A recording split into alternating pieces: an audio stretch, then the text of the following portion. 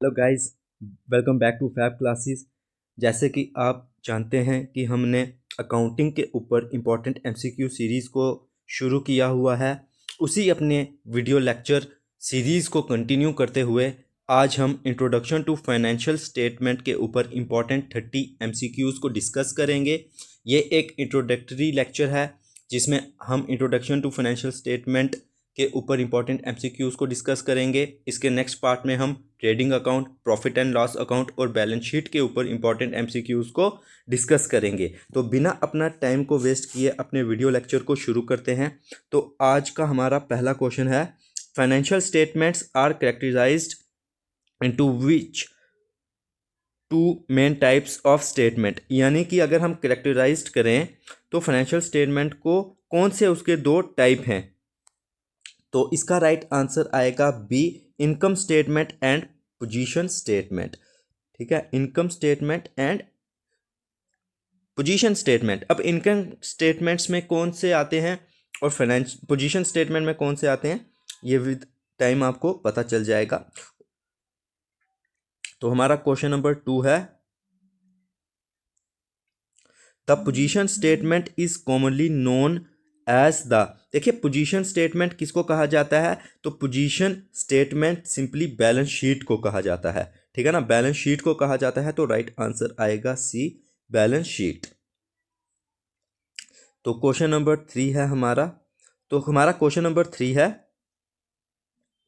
Which statement is prepare to measure the net profit of an enterprise. तो अगर हमें net profit के बारे में पता लगाना है कि हमारे इंटरप्राइज ने कितना नेट प्रॉफिट जो है जनरेट किया है, अर्न किया है, तो उसके लिए हम क्या बनाते हैं, तो उसके लिए हम simply profit and loss account बनाते हैं।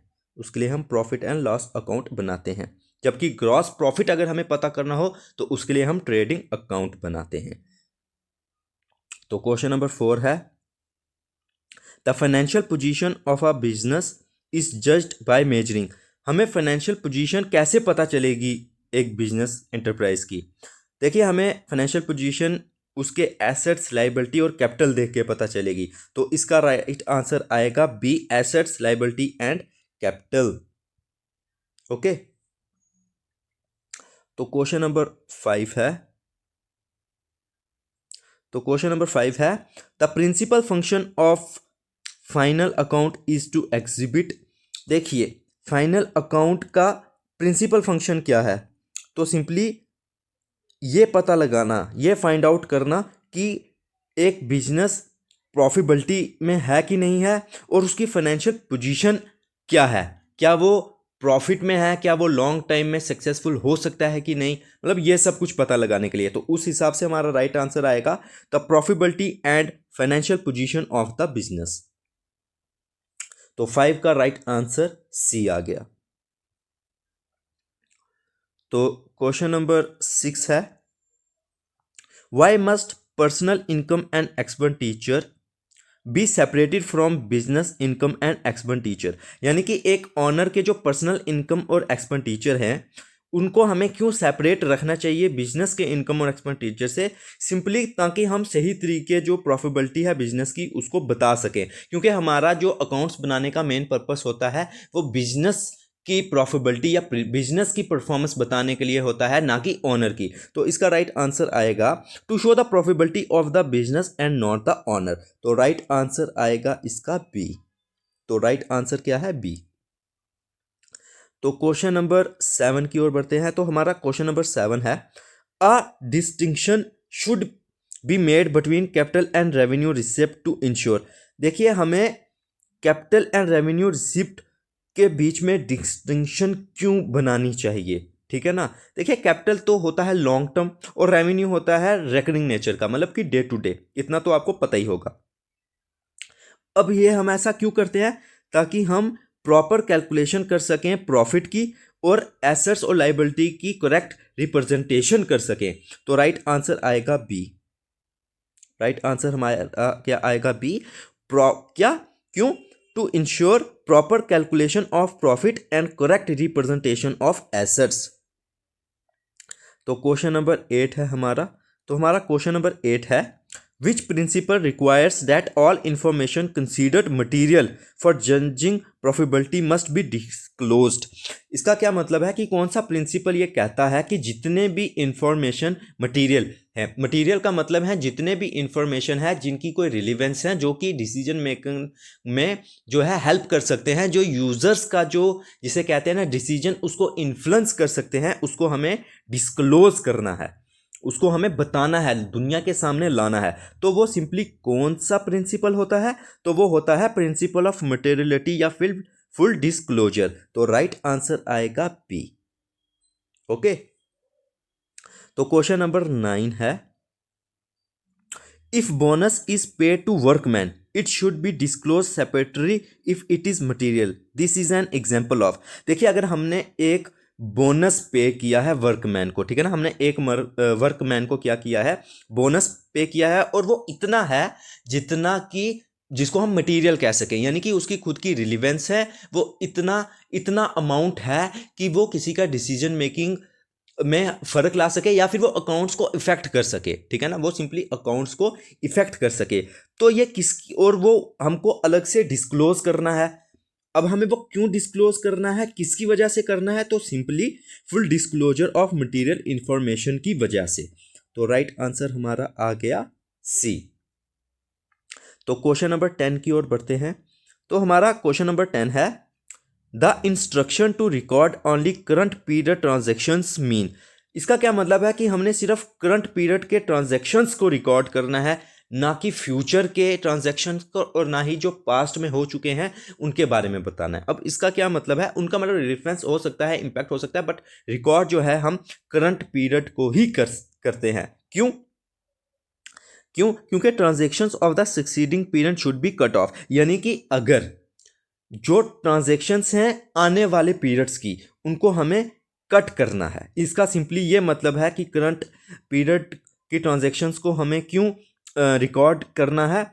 तो इसलिए क्योंकि हम कौन सा कंसेप्ट को फॉलो करते हैं, कौन से प्रिंसिपल के अकॉर्डिंगली ये करते हैं? तो मैचिंग कंसेप्ट, कि जिस टाइम का एक्सपेंडिचर है या रेवेन्यू है, उसी टाइम के साथ हमें मैच करके शो करना है, ना कि हमें उसको फ्यूचर में बताना है। अब इसका क्या मतलब है कि आपने दिसंबर में किसी को पे करने थे सैलरी, अब आप जनवरी में कर रहे हो, तो क्या आप जनवरी की बुक में बताओगे?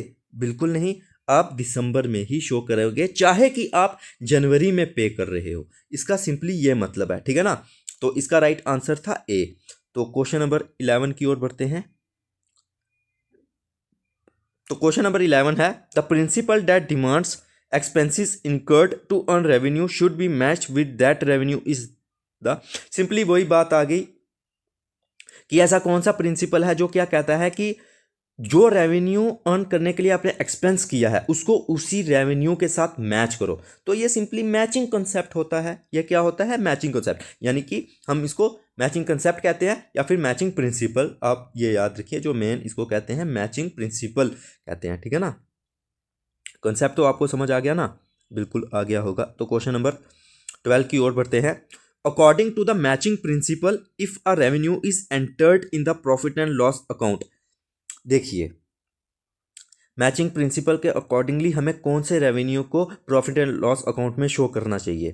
देखिए, हमें हर एक उस एक्सपेंस को प्रॉफिट एंड लॉस में शो करना है जो उस पीरियड में हुआ है, चाहे उसके लिए हमने कैश पेमेंट की है या नहीं की, उसका कोई मतलब नहीं है, लेकिन अगर वो उस टाइम पीरियड का है तो हम उसको शो करेंगे। तो राइट आंसर आएगा all expenses relating to it whether paid or not should be debited, ठीक है। तो राइट आंसर सी। वो जैसे ऊपर मैंने सैलरी वाली एग्जांपल दी ना, बिल्कुल वही। दिसंबर की सैलरी है, हमने दिसंबर में अपने वर्कर को सैलरी नहीं दी, फिर भी हम जब रिकॉर्ड करेंगे तो दिसंबर, जब हम उसको पे ऑफ करेंगे ना, तो उसको हम दिसंबर का ही खर्चा बताएंगे। ये नहीं बोलेंगे कि हमने जनवरी में दी है तो ये जनवरी का खर्चा, नहीं, दिसंबर का ही खर्चा है, चाहे कि हम जनवरी में पे कर रहे हैं। ओके, तो क्वेश्चन नंबर 13 है हमारा। तो क्वेश्चन नंबर 13 है हमारा, why is an entry passed for outstanding expense at the end of the year. देखिए, सिंपल सी बात है कि आउटस्टैंडिंग एक्सपेंस की जो एंट्री है हम साल के एंड में उसको क्यों पास करते हैं? सिंपली किसके लिए? वही बात आ गई मैचिंग प्रिंसिपल के लिए। अगर हमने किसी को आउटस्टैंडिंग सैलरी हमने देनी थी, नहीं दी, लेकिन वो खर्चा वहाँ पर का ही है, उसी टाइम पीरियड का है जिस पे हम वो ड्यू हुई थी। हमने पे की है कि नहीं किया वो नहीं फर्क पड़ता, लेकिन ड्यू तब की हुई है वो तभी का खर्चा है। तो इसका राइट सिंपली आंसर है to bring account into agreement with the matching principle. तो राइट आंसर आएगा बी। ओके, तो राइट आंसर हमारा बी है। ठीक है, तो क्वेश्चन नंबर 14 है, if an expense is incurred this year but the related sale will happen next year that expense should be. अब इसका क्या मतलब है कि अगर एक एक्सपेंस है वो इस साल पे हुआ है, ठीक है ना, इस साल पर हुआ है, लेकिन उसकी रिलेटेड सेल जो है वो नेक्स्ट ईयर में हुई है, तो वो एक्सपेंस क्या होगा, उसको हम current year profit and loss में शो करेंगे, या फिर बैलेंस शीट में बताएंगे, या फिर इग्नोर कर देंगे, या रिटर्न ऑफ कर देंगे एज अ पर्सनल लॉस। तो सिंपली मैचिंग कंसेप्ट हमें क्या कहता है कि जहां का खर्चा है वहीं बताओ, तो उस हिसाब से हम profit and loss current year के प्रॉफिट एंड लॉस में उसको डेबिट कर देंगे। ठीक है ना, तो हमारा क्वेश्चन नंबर 15 है, income received in advance in is shown in the balance sheet as a. देखिए, हमने इनकम पहले ही ले ली लेकिन अभी सर्विस नहीं दी, तो अगर हमने सर्विस नहीं दिया पर इनकम ले लिया तो वो हमारे ऊपर बोझ है, हमारे ऊपर लाइबिलिटी है, और लाइबिलिटी को हम बैलेंस शीट में ऐसी जो इनकम रिसीव्ड इन एडवांस होती है उसको हम एज अ लाइबिलिटी शो करते हैं बैलेंस शीट में। तो 15 का राइट आंसर आएगा सी, लाइबिलिटी। तो क्वेश्चन नंबर 16 है, depreciation of assets is charged to the profit and loss account because. देखिए, हम डेप्रिसिएशन जो है एसेट्स का वो हम प्रॉफिट एंड लॉस अकाउंट में क्यों शो करते हैं या फिर चार्ज करते हैं? सिंपल से इसलिए हम करते हैं क्योंकि ये हम रिप्रेजेंट करता है कौन सा पार्ट कॉस्ट का जो कि हमने यूज़ किया है प्रॉफिट अर्न करने के लिए। यानी कि अगर हमने मशीन का यूज़ किया है, सिंपल आप ऐसे समझिए कि हमने मशीन का यूज़ किया है। अब मशीन का यूज़ हमने क्यों किया है? हमने, एक सेकंड, मशीन लिखना था, हाँ, हमने मशीन का यूज़ किया है। अब हमने मशीन का यूज़ किया है किसके लिए? प्रॉफिट कमाने के लिए।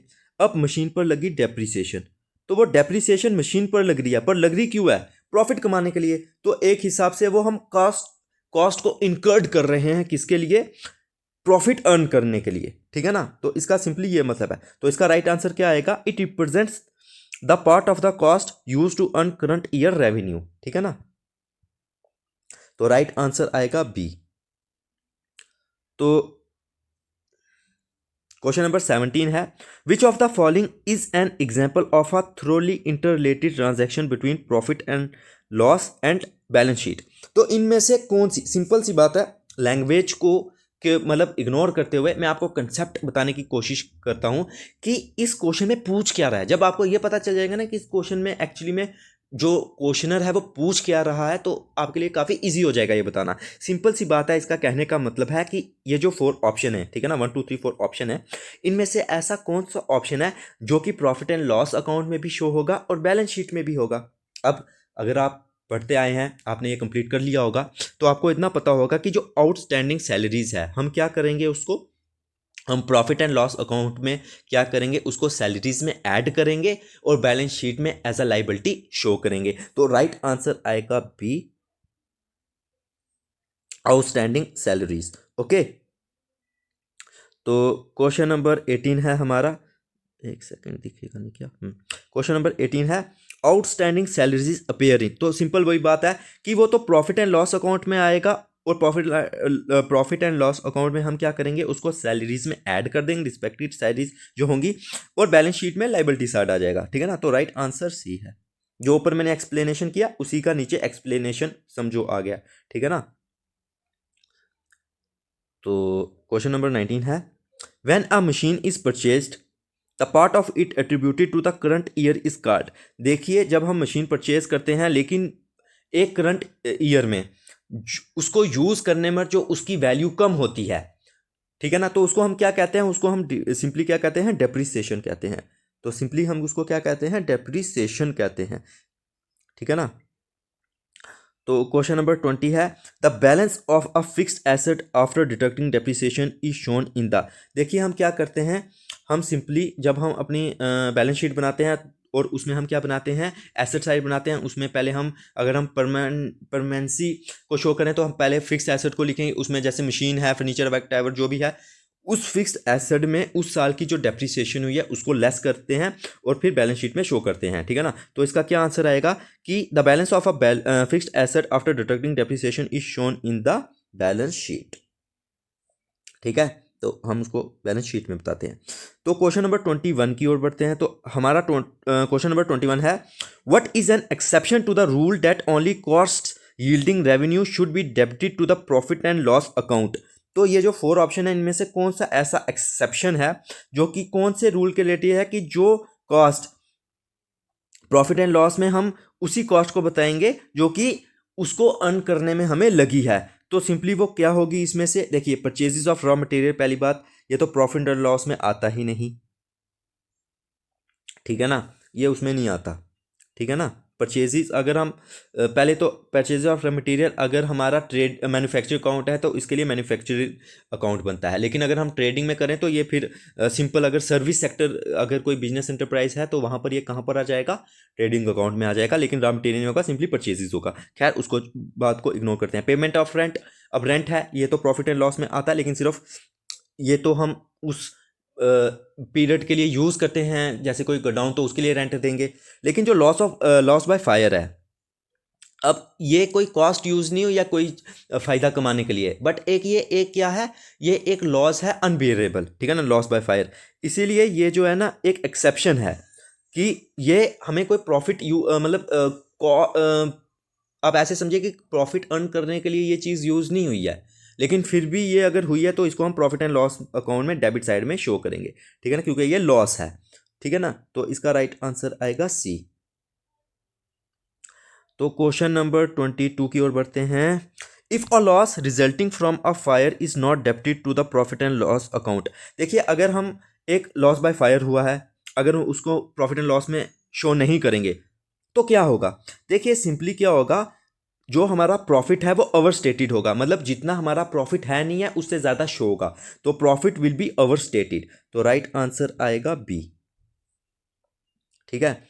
तो क्वेश्चन नंबर 23 की ओर बढ़ते हैं। तो हमारा क्वेश्चन नंबर 23 सिंपली कहता है, ये क्या लग गया,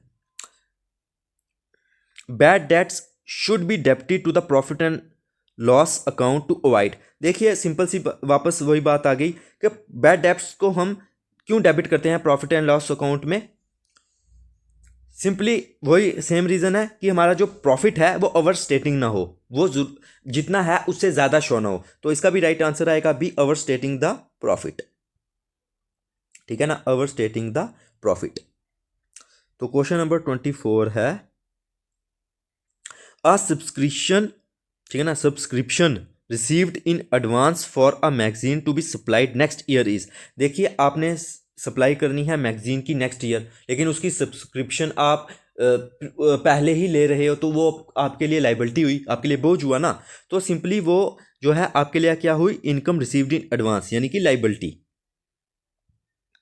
ठीक है ना। उम्मीद है कि आपको कंसेप्ट आते हैं, बस आप रिवीजन के लिए कर रहे हैं, ठीक है ना। और अगर आप रिवीजन के लिए कर रहे हैं, आपने किया है, तो आपके लिए काफ़ी ज़्यादा ये इजी रह रहे होंगे, ठीक है ना। तो क्वेश्चन नंबर 25 की ओर बढ़ते हैं। The principle of matching ensures that both the profit and loss account and balance sheet. Simply देखिए प्रिंसिपल ऑफ मैचिंग क्या कहता है, देखिए जो प्रॉफिट एंड लॉस अकाउंट है और बैलेंस शीट है वो करेक्ट और फेयर पोजीशन बताएं। वो क्या बताएं, करेक्ट और फेयर पोजीशन बताएं। इनका मेन जो मैचिंग प्रिंसिपल है ना, इसका मेन जो जिसे कहते हैं ना पर्पस, यही होता है, ठीक है ना। तो ओके, क्वेश्चन नंबर 26 है, profit is measured eight 2 levels, the second level is. देखिए प्रॉफिट जो है 2 लेवल में हम उसको मेजर करते हैं, पहला होता है ग्रॉस प्रॉफिट और दूसरा होता है नेट प्रॉफिट। तो इसमें हमें दूसरे के बारे में पूछा है, तो राइट आंसर आएगा बी, नेट प्रॉफिट, ओके। देखिए materiality in accounting depends on whether the information is. देखिए हम किस किस मतलब इंफॉर्मेशन को मटेरियल कहेंगे, देखिए उसको कहेंगे जिसकी कोई इम्पोर्टेंस है, कोई इतनी इम्पोर्टेंस है कि वो यूजर्स के डिसीजन मेकिंग को इन्फ्लुएंस कर सके, ठीक है ना। तो इसका राइट आंसर आएगा significant enough to influence the judgement of a user, ठीक है ना। तो राइट आंसर आएगा बी। तो क्वेश्चन नंबर 28 है, closing and accounting period involves cutting of transaction. देखिए कटिंग ऑफ ट्रांजैक्शन का क्या मतलब है कि हमने जो सक्सीडिंग पीरियड के ट्रांजैक्शंस हैं उनको मिक्स नहीं करना करंट पीरियड में, हमें सिर्फ करंट पीरियड को ही लेके चलना है। तो राइट आंसर आएगा B, transactions of the succeeding period do not mix with the current period.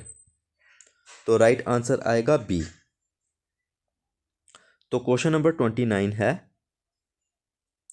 if a sale is to take place only after inspection and inspection isn't done by year end, the goods should। देखिए अगर cell कब सिर्फ हो सकती है अगर हम inspection कर लें, और इंस्पेक्शन जो है अभी एंड के ईयर तक नहीं हुई, तो गुड्स क्या होंगे, तो वो सिंपली उसको हम ट्रीट, देखिए तो इसका राइट आंसर आएगा not be treated as a sale in the current year, उसको हम करंट ईयर की सेल में ट्रीट नहीं करेंगे। तो राइट आंसर आएगा बी। तो क्वेश्चन नंबर 30 है, capital and revenue expenditure distinction helps in including assets in the. देखिए कैपिटल और रेवेन्यू एक्सपेंडिचर है वो हमें क्या डिस्टिंक्ट करने में हेल्प करता है, कौन से क्या किस चीज़ का डिस्टिंक्शन करने में हेल्प करता है, तो सिंपली वो हमें हेल्प करता है बैलेंस शीट का। देखिए कैपिटल एक्सपेंडिचर होते हैं लॉन्ग टर्म के लिए, और रेवेन्यू एक्सपेंडिचर जो होते हैं वो किसके लिए होते हैं, शॉर्ट टर्म के लिए, ठीक है ना। तो बस आपको ये याद रखना है कि कैपिटल जो होते हैं मतलब वो होता है लॉन्ग टर्म। कैपिटल होता है कि आपने कोई मशीनरी ले ली, ठीक है ना, आपने ले ली मशीनरी, अब वो एक साल में तो ख़त्म नहीं होगी, वो खर्चा हुआ लॉन्ग टर्म। अब आपने कोई सिंपली रेंट पर फैक्ट्री ले ली, या फिर देखिए यही ठीक है चलो फैक्ट्री ली, अब उसका आप मंथली रेंट पे करते हो, अब मंथली आप यूज़ करते हो और उसका पे यूज़ करते हो, तो वो रेकनिंग नेचर का है ना। तो बस ये है, अगर आप फैक्ट्री को भी कंफ्यूज हो रहे हो तो फैक्ट्री को भी छोड़ो, ठीक है ना। अब आपने रॉ मटेरियल लिया है, आपने रॉ मटेरियल लिया या गुड्स परचेज किए हैं, आपने गुड परचेज किए हैं, गुड आपने परचेज कर दिए हैं, तो अब उन गुड्स को बेचने में जो सर्विसिंग में या जो आप सैलरी पे करते हो वो आप हर महीने पे करोगे जितना आप यूज़ करोगे, तो वो रेकनिंग नेचर का हो गया ना। तो सिंपली कैपिटल और रेवेन्यू एक्सपेंडिचर का डिस्टिंक्शन हमें हेल्प करता है क्या करने में, बैलेंस शीट के लिए। मतलब क्या, अब क्वेश्चन को फिर से पढ़ते हैं क्योंकि मैं थोड़ा आपको बताने में ना क्वेश्चन पढ़ना फिर से भूल गया, तो शायद हाँ, capital and revenue expenditure distinction helps in including assets in the. तो वो किस चीज़ में हमें हेल्प करता है, एसेट्स को कहाँ इंक्लूड करने में, तो बैलेंस शीट में, ठीक है ना। तो उम्मीद है कि आपको समझ आया होगा।